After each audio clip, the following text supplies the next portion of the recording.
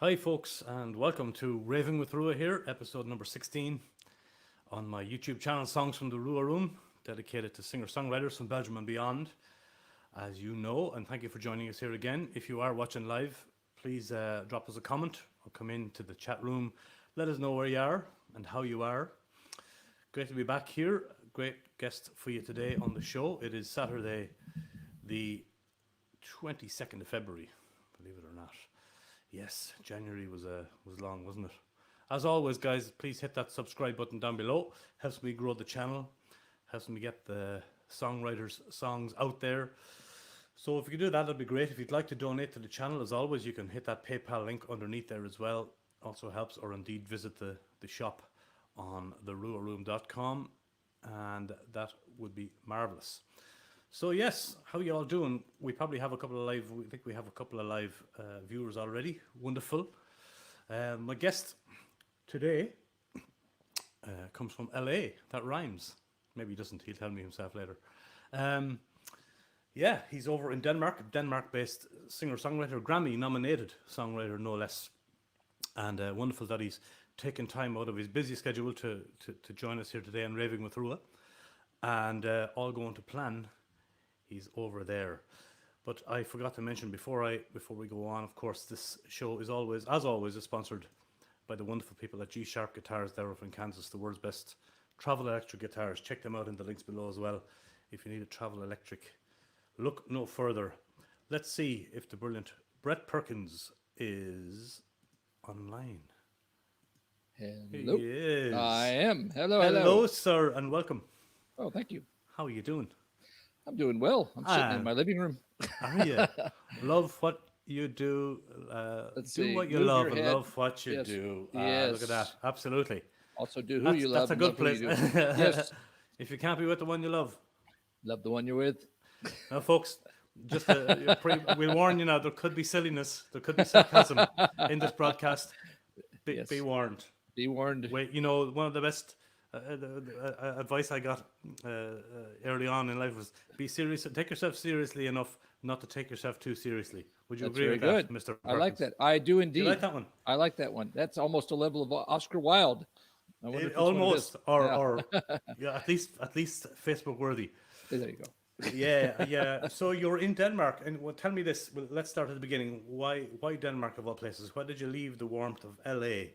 I moved here arrive for the in weather, freezing- of course. No, I met a Danish songwriter in Ireland, actually, in Dublin, at the In the City Music Conference in 1996, and I followed her home basically, and then we toured back and forth, U.S., Denmark, U.S., and we're no longer together. But I decided to stay, so and here I am, 24 years later. Is it that long? Yeah. Wow. Yeah. Well, you and I met, I believe, in 2017 over on the island of Samso. If I think we're going. it was maybe around So then. I think we're further back. I think it's even 12. It was 2012. Was it? I know we don't like to think Okay. of the years passing. Oh God, no, we don't. Because for the listeners who may not know what you do, one of the many projects that you're involved in, Brett, is the listening room retreats, where you run songwriting seminars, workshops, co-writing. Talk a little bit about that for us. Just what behind it. I'm going to put the website up here. Yes, you mentioned Samso, the beautiful Samso Island in Denmark, Brøndby Rock Hotel. That's where it all began. I was actually invited to a songwriting retreat in 1997 called Song Island, and it was an incredible experience to have a week on this gorgeous island, this really funky, fun hotel, where all the focus was on co-writing every day, co-writing a new song with a new partner, and then doing a concert at the end of the week. And people are cooking for you, and doing your laundry and all this. And it was a fairy tale experience. And from there, I got involved with the organizers and helped them to administrate. And fast forward in 2002, they decided to move the project off the island. And I was asked by the hotel and several songwriters in the Danish community if I would step in and continue the tradition, because it had left Denmark, or it had left that area. And I was already doing a lot of workshops in Denmark and internationally on songwriting. And so it was a natural transition for me from my past as a CEO of the National Academy of Songwriters. So I was, I had a history with education and community building. So I said yes, and suddenly I was in the retreat business, and within 3 years I'd added 7 other locations internationally, and now here we are, 18 Yeah, just years mention later. those locations because I know Ireland is still high up Absolutely. on those locations. Yeah. Well, the current locations, annual locations, are Idlewild, California. That's in the beautiful mountains in Southern California, and in Tuscany, Italy, in a town called Castiglione Fiorentino, and right below Florence and connected to Florence. Amazing. Inisheer, Ireland, off the coast of Galway there. On the and west. Yeah. So lovely. And Copenhagen, of course, Copenhagen, Denmark. We moved from the island to the city to be connected with the Copenhagen Songwriters Festival, which I founded in 2009, and then turned it into a nonprofit in 2014. All the retreats are connected to festivals now. That's the latest development. That's pretty big. That's big news as well. So you actually run a festival. So you bring these songwriters together on whether it's in Inisheer or in California, and through that, then you found a festival or a festival venue where you run. Yes, the original model was the Copenhagen Festival, which I no longer run. I'm on the advisory board, which is where I'm comfortable being. In Greenland, there's a biannual listening room retreat in the Arctic Circle in Sisimiut, and there is the Arctic Sounds Festival, which is connected to that. So there was already this model, and so what I've done in the last year is founding 3 new festivals: the Galway Songwriters Festival, which will kick off in immediately after the retreat in October this year; the Tuscany Songwriters Festival, which kicks off in about 3.5 weeks in Tuscany, in Florence, and Castiglione. And then the Idlewild Songwriters Festival, which we've already done 2 of them now. The third one's coming up here in June. So they're June and January. And all of the events are also charity events. So I'm doing them as a mixed labor of love and enlightened self-interest to promote the retreats and promote the artists. And because we always did a concert at the end of the retreat, and it's an amazing concert. You're hearing all these songs that have just been created, and the energy. People say, anyone who attends says, "My God, this is so special. It's not like anything I've been to." And yet, it's hard to, as a marketer, to get strangers to come out to hear a bunch of strangers writing new songs. Yes. It's a little hard to get your head around if you're not in the bubble, So festival, that sounds like something I can relate to. Songwriter Festival, Sure. Okay, so I can draw a larger public, so it serves everyone's interests. And if people want to apply, they can through this website. Is that the Absolutely? And by the word apply, it's an open registration. I have only ever turned a couple of people down only because they were clear signs of mental illness, and I'm not making a joke. Actually, I mean, we have far-ranging. The creative community has we are what is the latest term? We have a wide range on the bell curve, and it's only been a couple times that just in the communications I thought, okay, this person may not be so creative that I might have trouble. I love it. Relating so to them. Creative. Yeah, but people can sign up who've never written a song before, and they do. Can they? You don't necessarily have to be a songwriter to do this. Well, to me, if you want to be a songwriter, you will write songs, and because the methodology and the environment is one that's set up to be conducive and supportive, people do come out with songs they've written. And the funny thing is, the pros, the top people, like Tom Kimmel, who wrote for Johnny Cash and Sean Colvin and many others, has said. And that's why I can quote him. Paraphrase. Yeah, I'll write it on the website. Yeah, working with the these unknown writers is part of the inspiration, because they don't know what the box is. They're so outside the box because it's like anything goes. So they'll come up with stuff that maybe left on its own devices wouldn't really manifest into a functional song. But with a pro writer and a newbie, it's magic. Because the pros get reminded of the original joy of just like, whoa, this is fantastic. It's a whole new world. Rather than, oh, here we go, I know how to write a song. And then you got your toolbox that you go to. Yeah, I experienced that when I only did the one with you over in Denmark all those years ago. Yeah. But yes, exactly. You feel, no matter what level of a songwriter you are, you feel very welcomed to begin with. That's the idea. The spark that you create there, and we'll talk a little bit more about that, maybe the process of songwriting, because I know you teach a lot of songwriting workshops, and I'll come back to that. But I want to go back to the beginning in the early LA days, and I found some really amazing footage. I found What'd you footage, find? Brett. I found Oh, no. footage. Oh, I he's been found footage trolling. of a band called the Sneaks, and you know, so I know there has to be a story there somewhere. Oh, there are several buried deeply. All right. Well, I'm 40 going to play years the ago. video in a minute Okay. of a song. So tell me a little bit about the band, the Sneaks, and Well, the Sneaks was I hardly recognized you in the yeah. video. Well, yes, I had more hair and it was more blonde. It was. Chemically so. Well, it was my first professional band. I had one other band that we were quite serious about called Danger Man in high school, but we were 14. I was 14 when I sang in my first LA club. Lied about our age and snuck in. But so the Sneaks were formed when I was 17, just coming out of high school, and we were all good friends from the local music scene, and you know, it was really, you know, I don't know, I know some of your musical history, but there's certain times where you have a that kind of dynamic in a band, especially when I think it's a function of being younger too. Although I found it with the Pawn Shop Preachers here in more recent years. It's just like you have your own humor, you have your own little mini culture. Yeah. And woe to any girlfriend who tries to interfere, get in. You know, it's like whoa. So at the time, it was our world, and it took off. You know, we were serious. I was definitely driving the engine as a marketing guy, and I got us my first corporate sponsorship when I was 17 with Vans tennis shoes, which back then was a California-based smaller company, not the huge. Was this was 80 something, was it? 80, 19. The video that I think you're referring to is 83. The video is 84, yeah, it says 84, but it was filmed, I think, in 83, released in 84. Yeah, so we're talking 80s anyway, obviously. Yeah, oh, yes, we are. And we're doing a 40th reunion concert coming up here July 17th. Oh, really? In LA. Yeah, it's called While We're All Still Living reunion concert. And it's the first time the original band has played together in 27 years. So that's, a lot of rehearsing to do.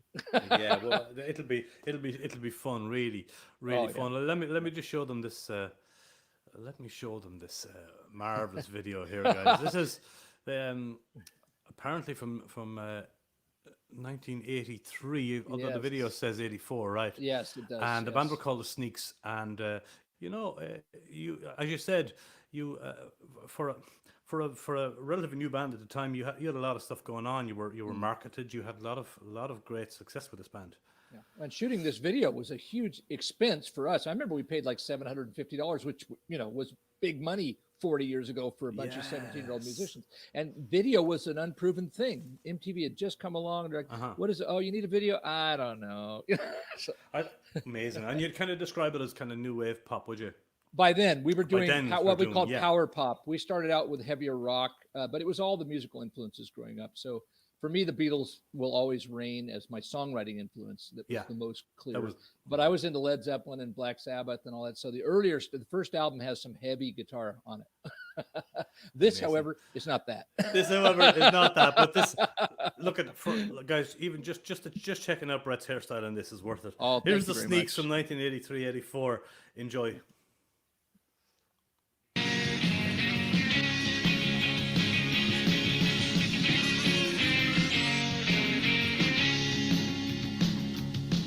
It's early, why do you run?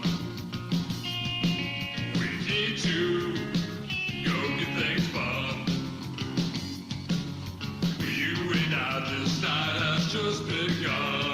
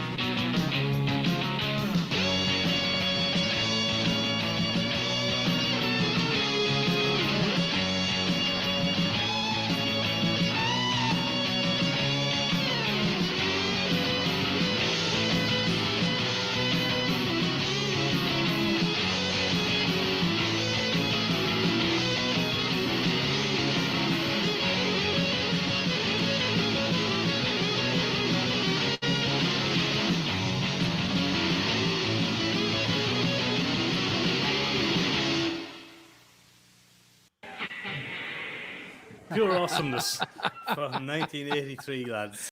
Absolutely. Oh my, And the what- energy. Isn't it? Oh man. I would the only way I would have picked you out of that video was from your dance moves. You still have Yes, you still I have still the got moves. the dance Brett. You moves. still got the moves. Guys. When you But perform live, you have the yeah you do.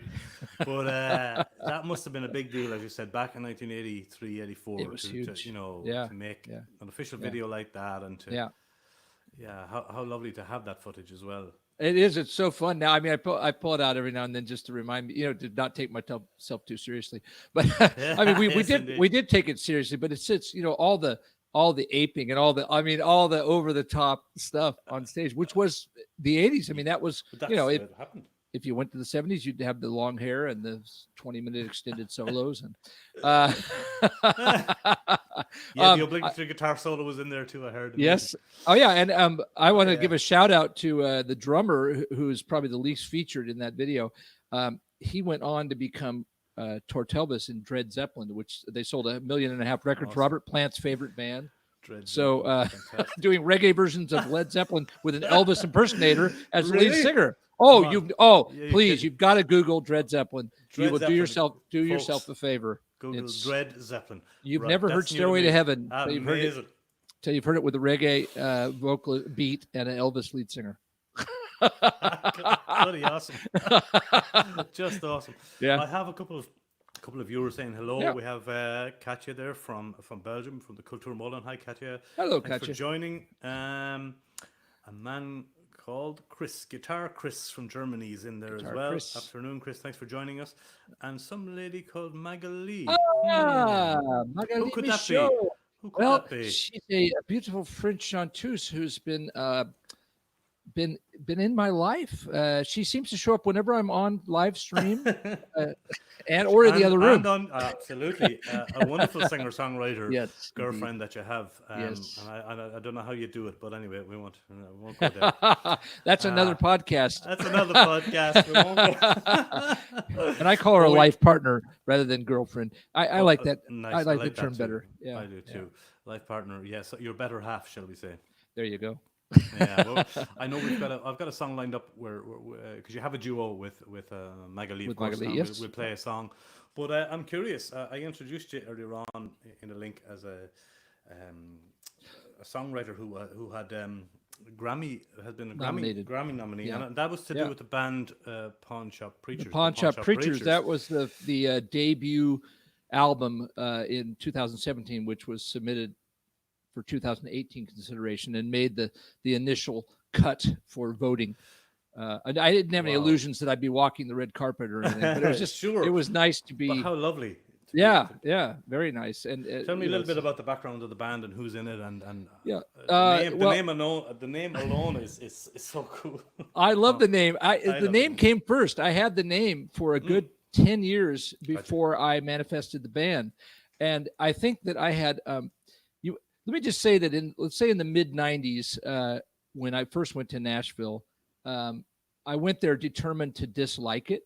I had this LA pop rock kind of chip on my shoulder, and I was successful. I disliked Nashville. Although I'm over it. In fact, there's a song, the first song that was written, which became the first Pawn Shop Preacher single and is on that nominated album, is called "Get Me Out of Nashville," and I wrote it. Give me a brief.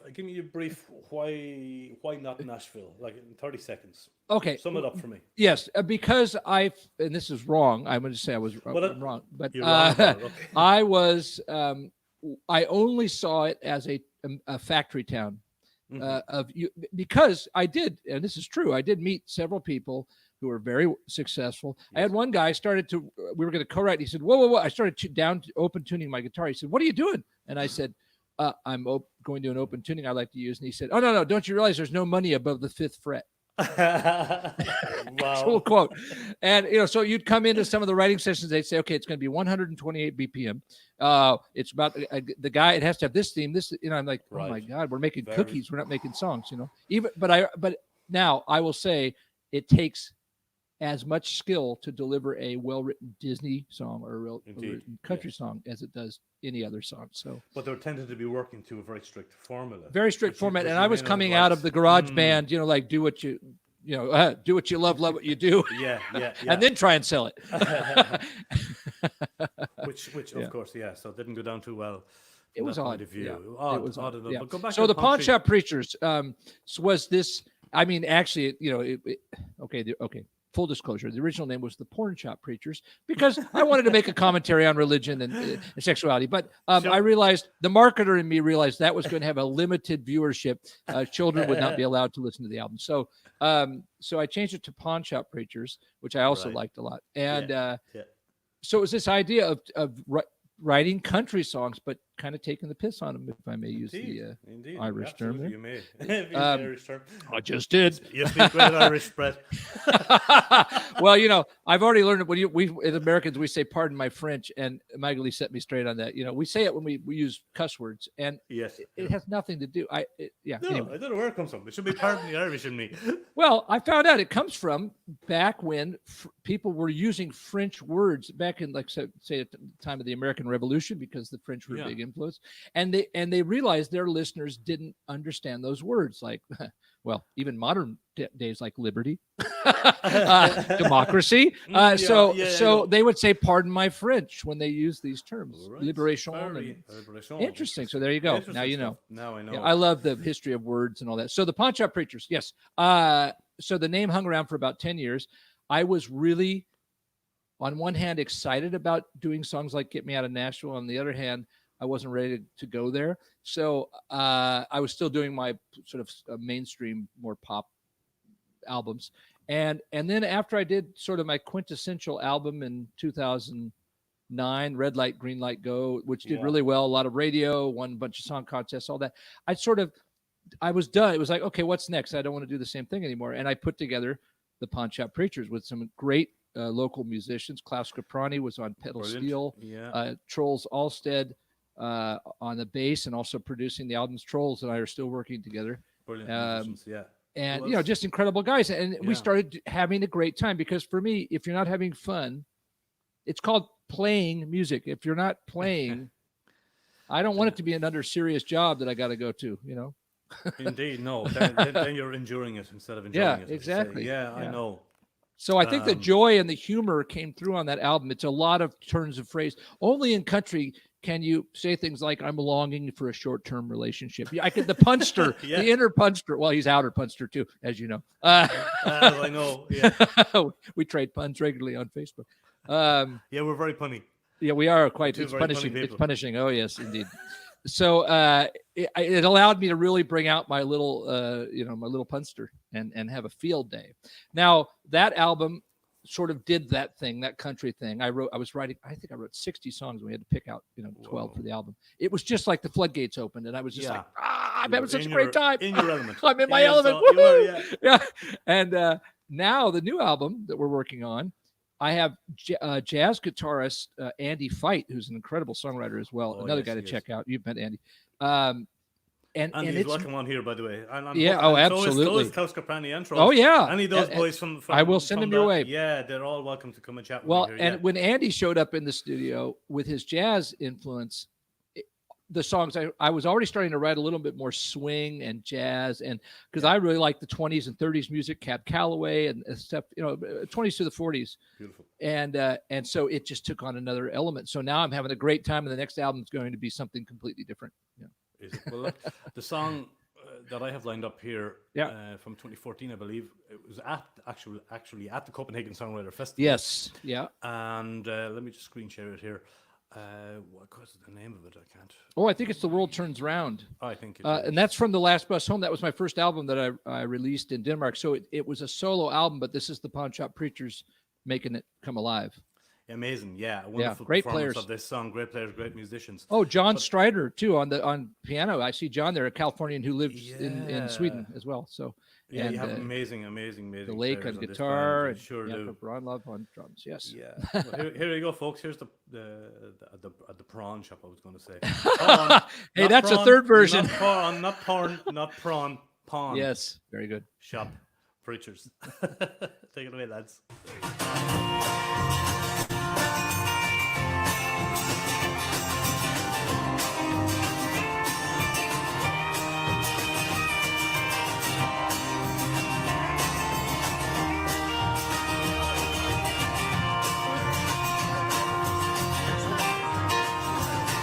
Sun came upon my street today, sleep 10,000 miles away, and the world turned around. We found love in a foreign land, one my heart went into my head, and you laid me down, and the world turned around.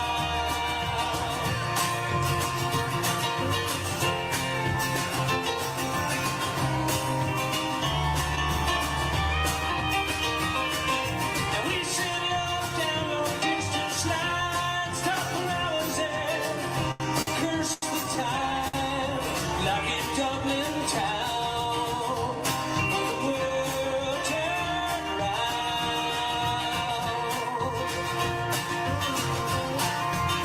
Well, there were those who come before us, rising like a critic's chorus, trying to tell us those 2 days were one-night stands.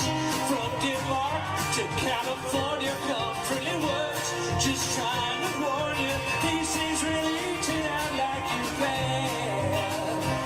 But we took the risk, just like when we began. And New York City, the place we meet, we hold hands down November streets.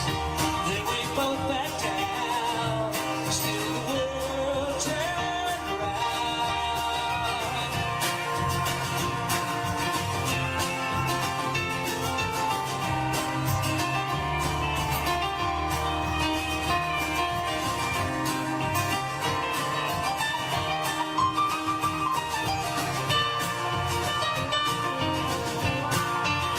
Now I know lovers and relations, like my own United Nations, trying to tell me to find someone close to home. But this life our jokes is travel, and as the miles unravel, I learned to take my loving with it show. So it hurt me just the same to watch it go. So it's late December, looks like rain. Heart keeps singing the same refrain. What's she doing now? As the world turns round.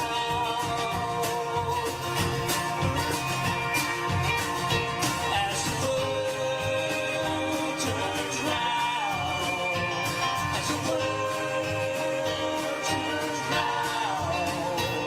As the world turns round, as the world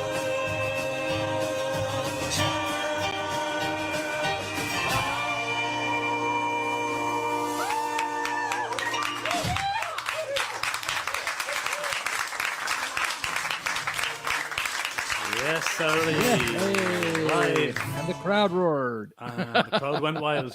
Live from the Copenhagen Songwriter Festival. And Yeah. I remember it Pardon well. me. Right. Well, that was great. That is still a great festival, but of course I was at one of the earlier ones. Of that Yes. festival. Yeah, you haven't been up there in a while. I'm still there. Of course, I have the songwriting retreat in the week leading up, and then we do an official showcase. One of the great things about the festival that's remained intact is they have a community day now on the Sunday where it's all the local songwriting clubs can present their members and do their own booking. Yeah. And so you really get an overview. If you wanted to come in and network as a songwriter from around Europe or the US, it's a great chance to meet a lot of presenters for future. It And is there are indeed. workshops and things like that. I usually put something on, and I have helped coordinate the education the last few years. So still have my hand in. I know, absolutely. and a great job you do. That was the pawn shop preachers there, folks. I have to be careful Yeah. saying that. I and like you pawn shop. You know, I that like could be a prawn whole shop other too. thing. I see the T-shirts already. It's a kind of With a the big prawn on the front of it. sure. Well, you know, we'd be knocking off. Oh gosh, what was the guy? I'm thinking. I just want to say Ferris Bueller. That's not it. Tom Hanks in the wonderful movie. Forrest Gump. Thank you, That's Forrest Gump. right. It was an F. It was an F word. There you go. An F word.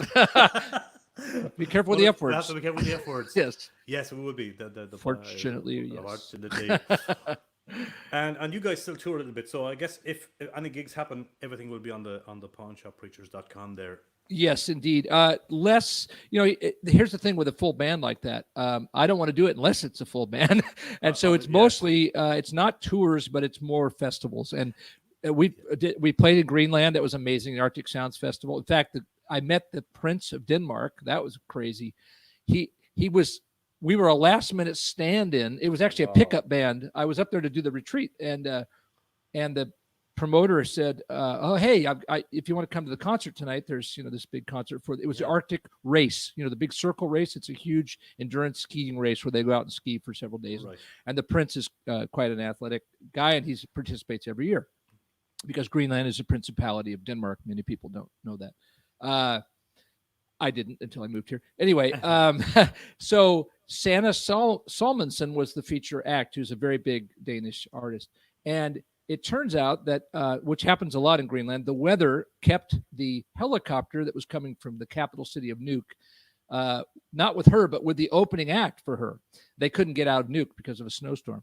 So last minute, 2 hours before the event, the promoter, Jakob Froberg, came to me and said, "Hey, can you put together a pickup band and do like 3 or 4 songs before Santa?" And I said, "Sure thing." And the Prince is going to be there. And I said, "Can I meet him?" And he said, "No way." So okay, I had to ask. So what happens is we do our 4 songs. I had Martin Pretorius as guest guitar player, another fine songwriter. Yes, he did one of these for me. Yes, long ago. and Alan Roy Scott from Los Angeles, who's a hit writer of 50 years of writing. He was there to be a guest teacher on my workshop. And we do this, 3 or 4 songs, and we go back, we come off stage, and walking towards me is a guy who looks very familiar from the media.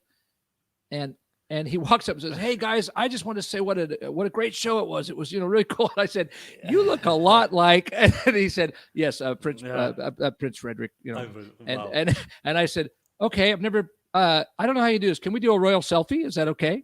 And he said, sure. So in fact, he had one of his security guys there. You never see them, but they're nearby, but they're very low key. The guy comes over, takes the photo. And then I ran into him in the next morning because we were in the one decent hotel. I shouldn't say one decent hotel, the one upper level hotel in Sisimiut. It's a lovely town with many nice places to stay. Because I'm going back there. I'm going back there. I don't want to get taken out on an ice hunting adventure. Anyhow, it was amazing. So I've got this great photo with him, and he's a fan of the band. So who knows? Maybe we'll play for the Queen one day. Who knows? Fantastic. But the photo's on my website. Yes. Yeah. Stephen the Spit there. Oh, hello, Stephen. Stephen. How you doing? Thanks for tuning in. Thanks. We call him Stephen the Mojo. Oh, hello, Stephen the Mojo. Stephen Good Mojo. But interesting contrast between watching the Sneaks video and watching the Pawn Shop Preachers 40 years later. 40 years. Is there 40 years? Almost 40 years between. 40 years. Yeah, Wow. just about. Yeah. Isn't that crazy? I remember being at one of your, you teach seminars as well. You teach songwriting. You also, you create the spark for songwriters to get together. But you had these lovely moments, little lectures or seminars, I suppose, about songs, and maybe without giving too much away, because I know we want to get people to your workshops. But that's fine. Remember when you were speaking about the structure of songs and how the DNA. Certain things should happen. The DNA, yeah, that's yes, what it was. yeah. And certain things should happen within the, those 3.5 minutes. I remember, we were both lucky enough to know. You knew Ralph Murphy. Oh yes, and I met Ralph at the IMRO workshops back in the day, and he kind of touched on it too. He was a great man for for knowing the formula, not really the rules, but the formula of what makes a good song. Could you speak a little bit about that? For and there are songwriters watching. Ralph was an amazing guy, and he was he was based in Nashville, and he was a bit, I think, more. He was all heart and all spirit, but also very much about structure. And there were, I would say, he might have said there are rules. I don't know. I don't want to misquote Ralph. He did. Rest in peace. But he certainly had rules when it came to like he was very focused on writing the hit song. Well, that's it. But And within I am not you're focused. I use the term, hey, I love having a hit song. And most writers, if they're honest, they'd like their song to be a hit too. Yeah. But I say to write the most effective song. So write the song you want to write. And then and here's the big if, it is the critical inch question that I bring up in every workshop. Mm-hmm. It's a valid question. Do I want to take this to the market, and do I care if people get it or not? Because I write songs just for me and I'm completely satisfied. I call them my self-pleasuring songs, and and they don't. On the other hand, sorry to interrupt you, but no, on the other hand, it is the music business, and to a certain extent, well, you should, I think, to a certain extent, have a little thing going on the back of your head, going, well, can this be commercially viable? Am I right or well? wrong? And that's another question. I say it is called the music business. Music comes first before the monetization of music. There was just music, and then there became the music business. So it's a choice if you want to enter the music business. But where I find many songwriters stuck in limbo is that they want to be in the business, i.e., they want success, they want some kind of income stream or career or an audience, and yet they don't want to acknowledge that there are standards and expectations in the business that will be applied to their music, whether they like it or not. So I get it. I get the pure joy and inspiration of being an artist and not wanting anyone to tell you how to do your art or the right or wrong way. I don't believe that. I don't believe in rules. I believe in tools. And I don't like dualistic language. Like, that's a good song, that's a bad song. It's subjective. I can say that song really worked for me. That's as much as I can really say. I mean, I have strong opinions, but it doesn't mean that they're correct for anyone else. Indeed. Well, what I was talking about earlier was, you remember when you said a certain thing should happen musically within a certain kind of a time frame within those three and a half minutes.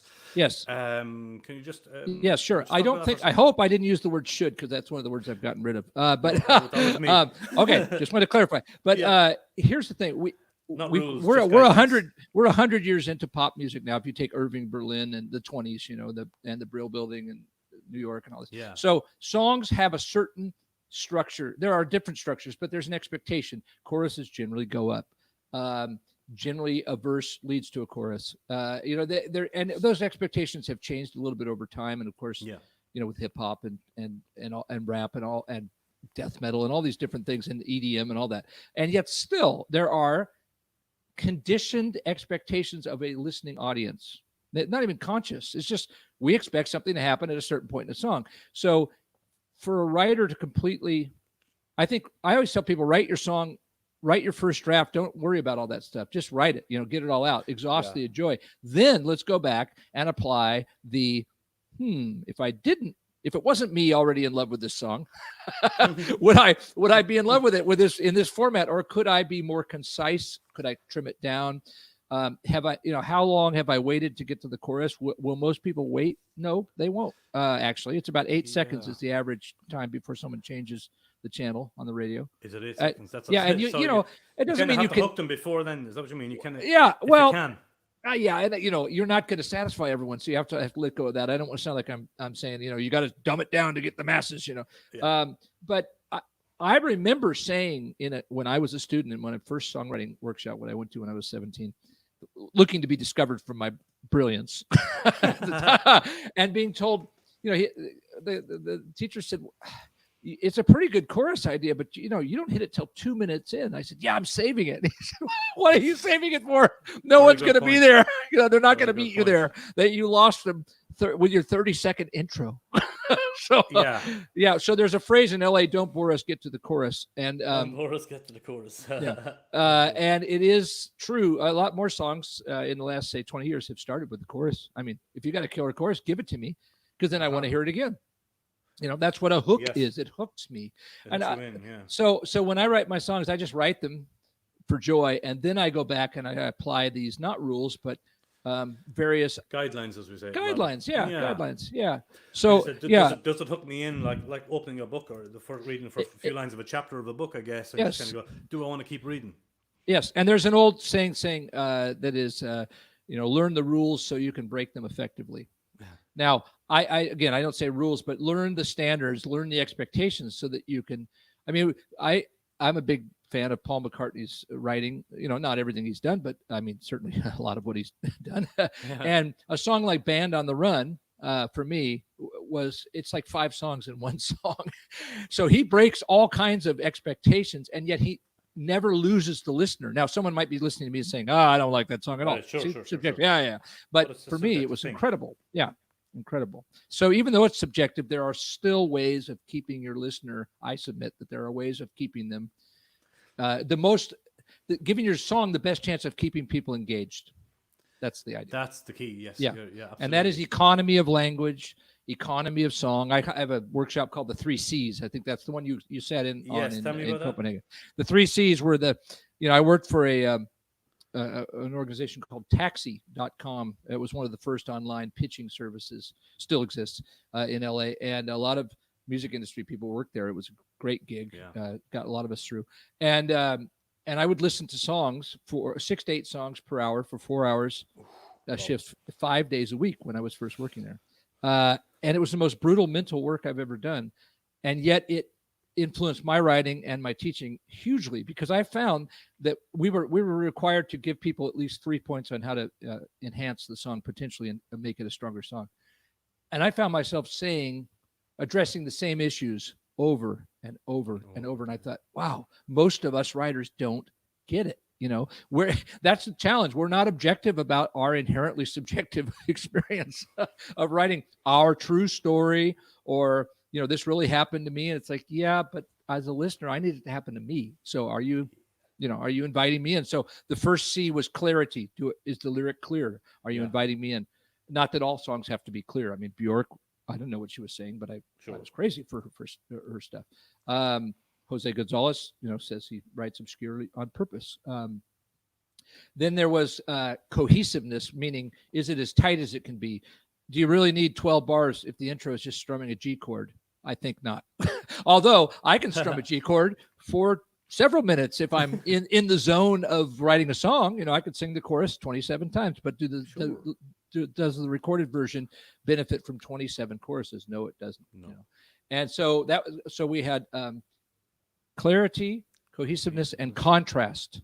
Contrast, basically, when I said it most often, it had to do with the melodic movement. The old days of traditional folk songs were very simple, repetitive, sort of waveform melodies, because they were oral histories. They in a time before written language, or when many people were not educated with written language. So that was how the tribe or the people or the culture carried forth their songs. I mean, Ireland has incredible traditions in this, and the slave songs in the U.S. A sad period, but powerful music coming out of it.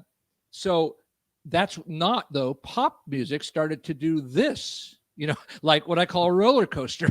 And that started in around the 20s, and that's been the model. We've moved it around a bit, but I've done workshops with death metal writers, EDM, trip hop, hip hop, R&B.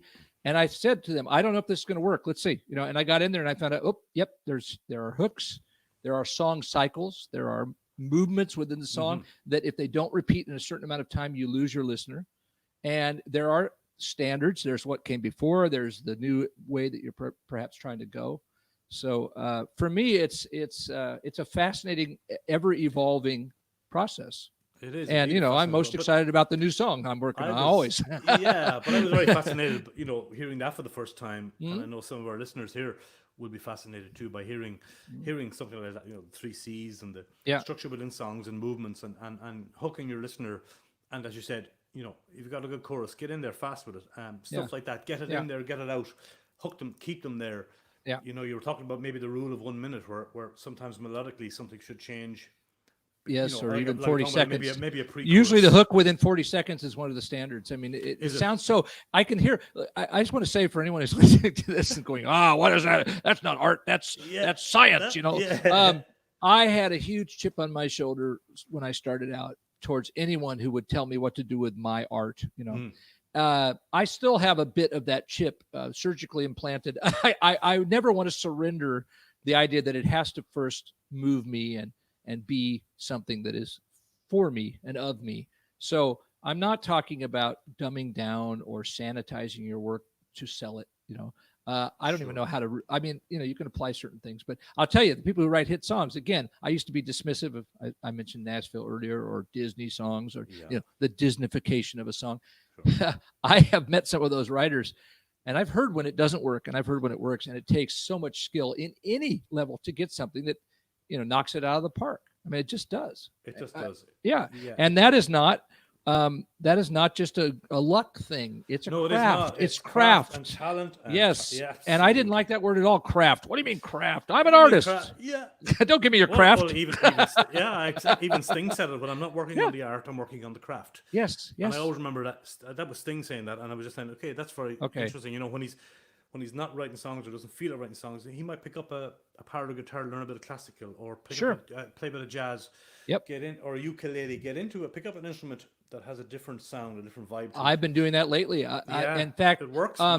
Yes, when one of your countrymen, Francie Conway, great, yeah, who I met years ago, and I guess speak at Ballyfermot College regularly. Yeah, Francie was just honored with an award down in his hometown this week. Such a lovely guy, to Francie, lovely man. Yeah, and he made a point in one of his workshops to his students that really struck me, and I realized I had begun to do it, but I really embraced it.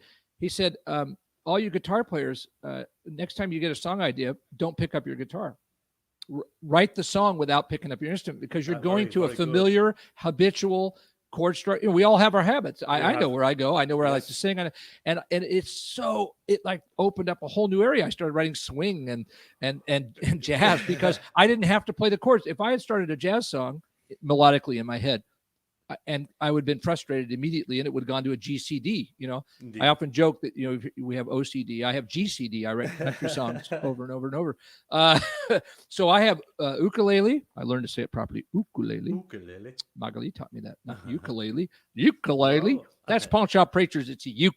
My grandfather was Luke the Uke. He was a Luke the Uke. Yes.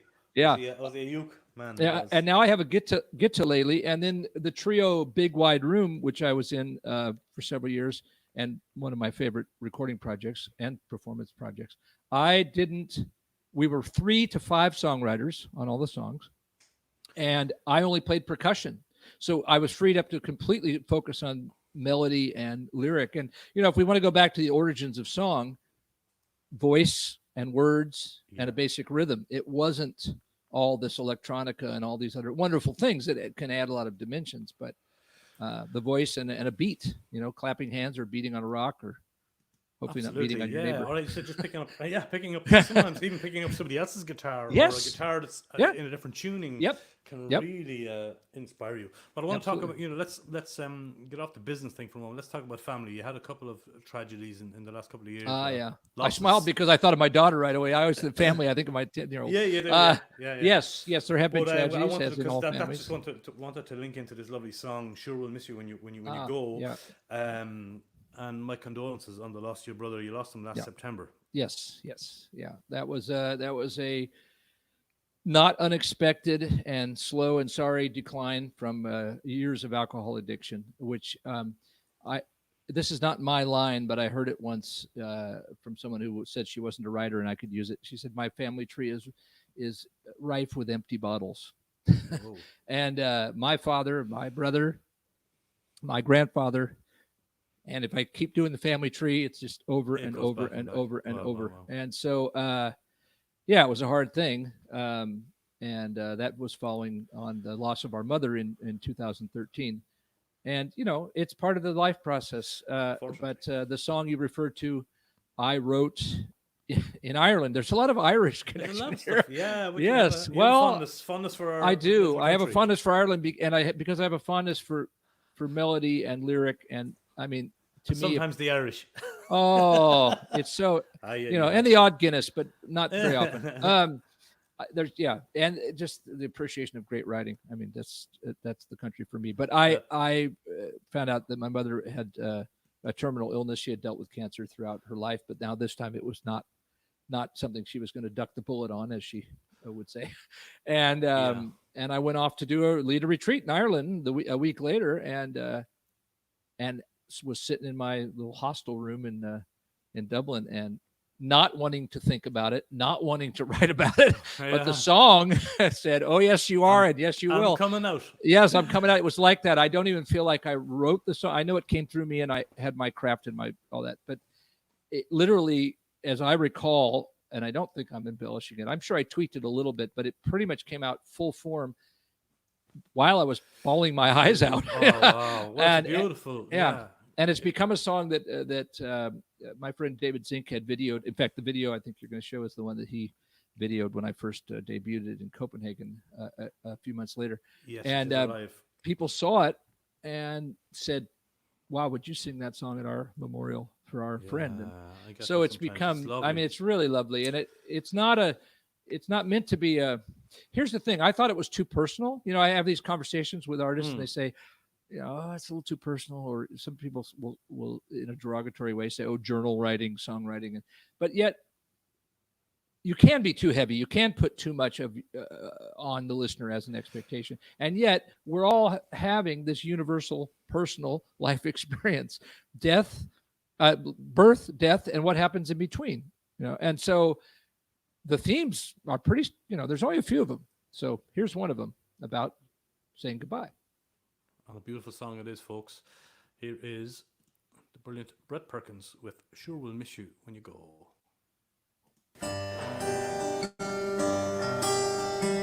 Now that your time is drawing near, and all our pretense disappears, there's just one thing you need to know: she will miss you when you go. Another's born, another dies, and so it's been throughout all time. Still we're surprised how fast life flows. Sure will miss you when you go. We will wash our wounds in tears, looking back upon the years, dreams we shared and sorrows known, the tender feelings seldom shown. So let's not wait another day. Say the words we've longed to say. And we all wish it wasn't so. She will miss you when you go. The only thing you need to know: sure will miss you when you go.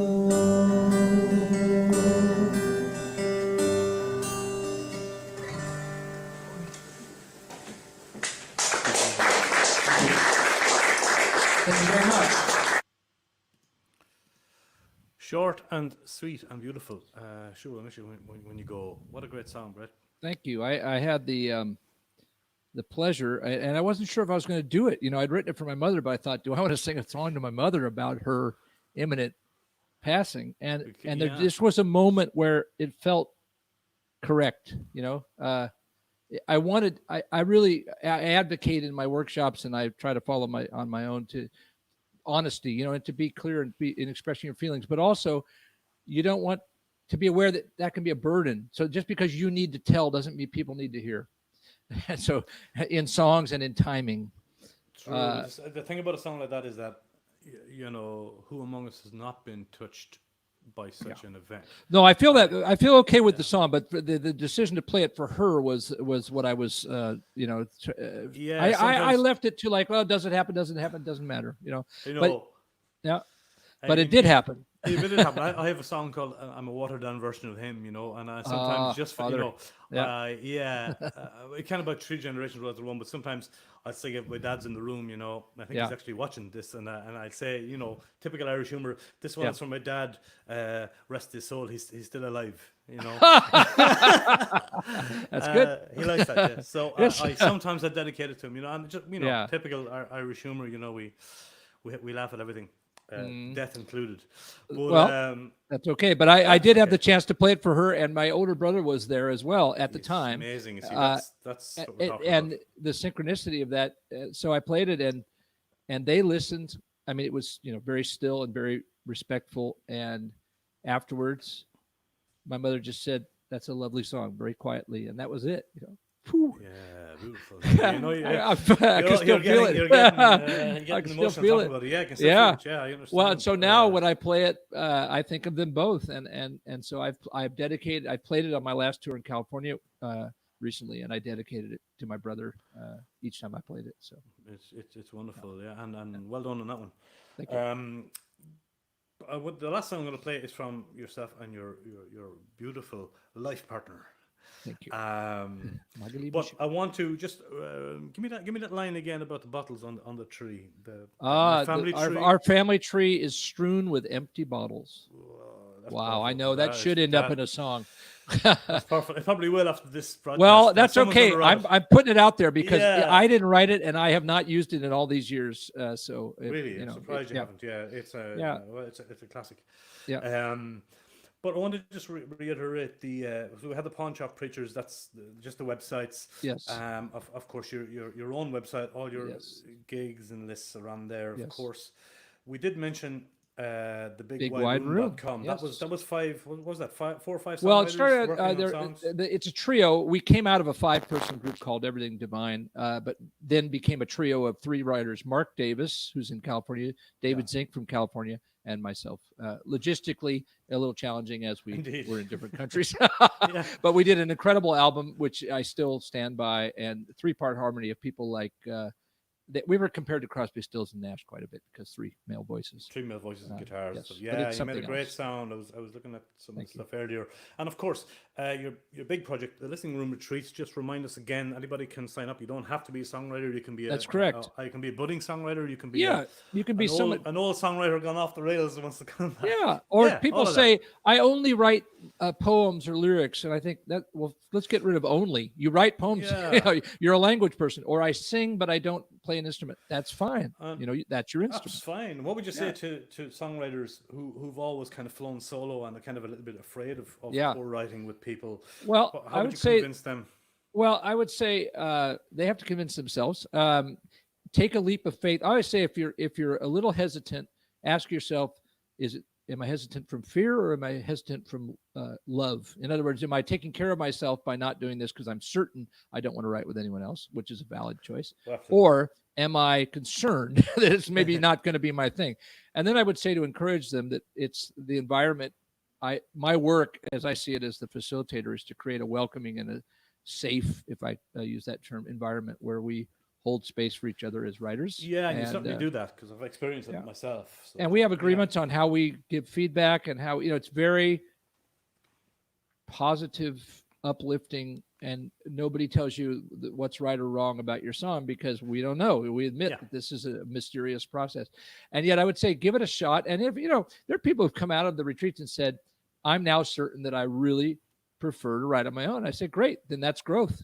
Now you're in a new place and you can go forward without questioning this idea of never try, never know, right? So, yeah, exactly. Yeah, I kind of had the same thing. I was dubious about it first of all, and when I sat down, but of course I was paired off with the likes of Annika Failing. And, that was a strong group. I had a strong writing group. So I had Annika was there. I got to write The Harvest with Annika, Conscious Man with Klaus Kaprani. So I was lucky. I got paired off with for me we're strong writers, which kind of brought me out of my box. Sure, and I spend the greatest amount of my time and energy is choosing who to pair. I'm watching and listening and. And I can't explain it, but it's an evolved process. But I also think you'll learn. It is intuitive. But I will say that you learn. I would say we in life, if I may make such a ponderous statement for myself, and I'm not the one who came up with this idea. We learn more from our challenges than we do from when things go smoothly. Yeah, absolutely. So if you and I get together and we write a song, we go, oh, that was fun, But if we get together and we just struggle like hell, and it's like, God, what was that?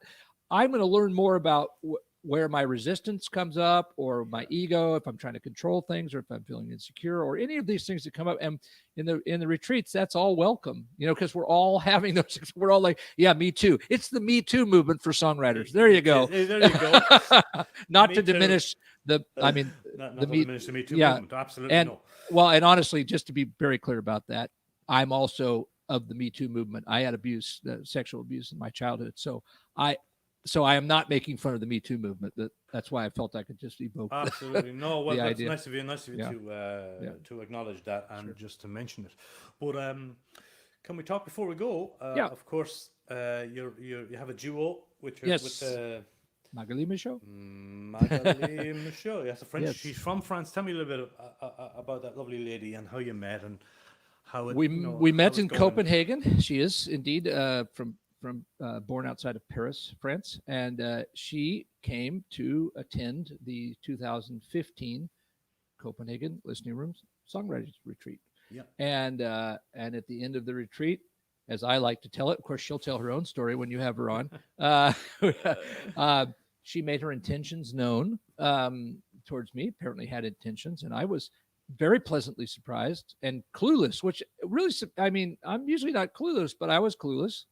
So perhaps she's just more subtle. So she went for it. Yeah, and so, we took the long walk, and I told her my story, and she told me a bit of hers, and my story, was pretty colorful. And at the end, she said, "Okay, so am I supposed to run away?" I said, no. "Well, I'm hoping not." And she said, "Well, no, I'm interested in more." So. She's putting up a smiley there. Look. She's hearing me. Yeah. Little wink. Yeah, she's watching. Yes. She's watching. Oh no. Okay. Closely. Well, Magali. So we continued on, and now we're in our 5th year together. It was August of 2015. 5 years. We've traveled 11 countries playing our music together. We made a debut acoustic CD right away. Really, in 2016, it came out. And now she is, which I'm very excited about for her and for me as a listener and a fan, is in the pre-production process of her first made full-length solo album. And she has some incredible musicians. Congratulations, Magali. I know she's there in the background. Yeah. So when that's ready, maybe she can come on and we can talk about you. Yeah. There you go. And I will not listen because I can't take it. No. You have to be in another room or another country. Yes. Maybe, I will. I will try to get her alone. But I have a song here called "The Way That You Want," and that's the very first song we did. Berlin, is it? And you performed it at Berlin Guitars, which I believe is a lovely venue as well. It is a lovely venue. Leonard Lott is the owner there. Americans had that shop since the mid '70s, in Berlin. And I bought my Alhambra guitar, my real guitar, as I call it. Yeah, real guitar. It's a lovely guitar. It's a lovely guitar, and I've played that guitar. Yeah. It's lovely, and it's in having its frets redone for the first time since I bought it from him 16 years ago. 16 years. Yes. Okay. Yeah. Maybe a badly needed. Sorry, 14 years ago, 2006. Pardon me. Yeah, 14 years ago. Yeah. Really, 14. my. Okay, so here we are, folks. I'm going to try and screen share this song again. Okay. There's always technical stuff here that I have to think about. From Live in Berlin Guitars and on violin and vocals, Magali Michaud, Brett's better half, shall we say.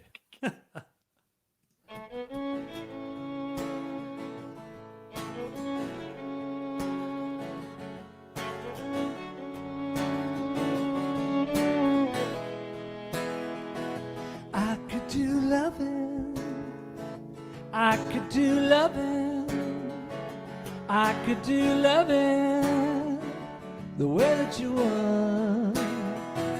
I could do loving, I could do loving, I could do loving the way that you want, way that you want me to, 'cause I'm so in love you want, the way that you want. This could be something, this could be something, this could be something, the way that you want, whether you want it to. 'Cause I'm so in love with you and the way that you want, the way that you want. Sinking in, skin to skin. There's no sin, opening our hearts. Souls on fire, soaring higher, so inspired, let love in. I could do loving, I could do loving, I could do loving the way you want, you want me to. 'Cause I'm so in love with you, the way that I want to do. 'Cause I'm so in love with you, the way that you want me to. 'Cause I've finally seen what's true in the way that you want, the way that you want. I could do loving, I could do loving, I could do loving the way that you want. Ah, yes. I could do love in the way that you want. Do you sing that to her every night, Brett? Well, I'll tell you something about songwriting. When I first wrote that song, the first lyric was, I don't do loving the way that you want. Stupid line, right? What the I hell? mean, Yeah, I okay. mean, but it was the line that came to me, you know? So, Yeah. and I shared it with my friend Ken Donner in Stockholm, another lovely songwriter and a Retreat alumni. And he says, it's a really cool melody, but since you told me you're going to send this to Megan Lee, is that really? And I thought, oh yeah, good idea. And I just brilliant. So, My you own know, too close to friend- my own. yeah, my friend that fit there, Katja. Yeah. Noticed, and I was going to mention it that we were very color coordinated there. You had this kind of matching outfits on Absolutely. that video. Yeah. It was really cool. So Katja thinks now you see she wants to do the same when we play together. She wants Very good. And the hats, those were the nice summer hats. So we got it. Lovely. We got them in a market there in Berlin. I really, well, I give tips for songwriters, and of course people need to be their own animal and be natural. But remember, when you step on a stage and you ask people to pay attention to you, I think there's an inherent responsibility to have showered, perhaps wear something that actually looks like you didn't just crawl out of bed and get on stage, unless that's your look. And I understand that is and was the look for some people, say for Nirvana and some of the others. Indeed. It was or the punk movement was against, presentation that had become so fluffy and over the top. Yeah. So I get it, but it's funny. I look at my the oldest videos, and thankfully you didn't find those because I haven't posted them, of me with my torn jeans. That was a sort of standard thing, and my ball cap and my torn jeans and my political T-shirt. And I'm like, okay, there's so much of that going on that I'm not hearing the song, So I try to now have a stage look that feels natural. And for us, it's playful a bit. It's colorful. And that it says, we're professional and we're here and now you can take us in musically. Yeah, it looked really good. No, it did. Absolutely. There's nothing wrong with taking pride in your appearance. Absolutely. Just like your sweatshirt that you're wearing. I just want to mention. Just like now. Just wearing all RWR.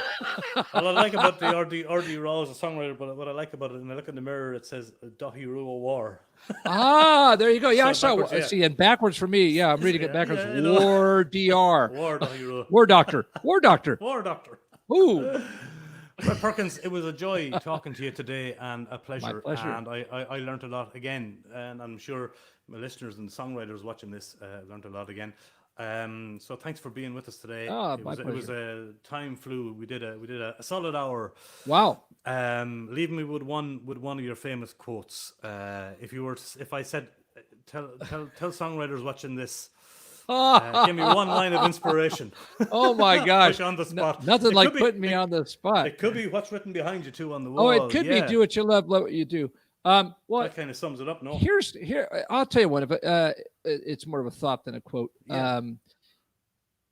Because yes, songwriting for me is a calling. It's something that I didn't have a choice. I mean, I could have said no to it, and I did sometimes, and it was quite unhappy when I did. So for many writers, even on one hand, if you want to be in the business, be smart about it, but you don't have to make it your livelihood. There's a lot of grief for a lot of people who try to make it their livelihood. And I just want to say that I'm not trying to discourage anyone, but it has a validity that precedes and exceeds the market. Music before monetization is one of my themes. And so, its value its intrinsic value cannot be judged by the marketplace or the current trends or the current culture. So, hang on to that. But if you do go to the business, you need to pay attention and understand that you're in business.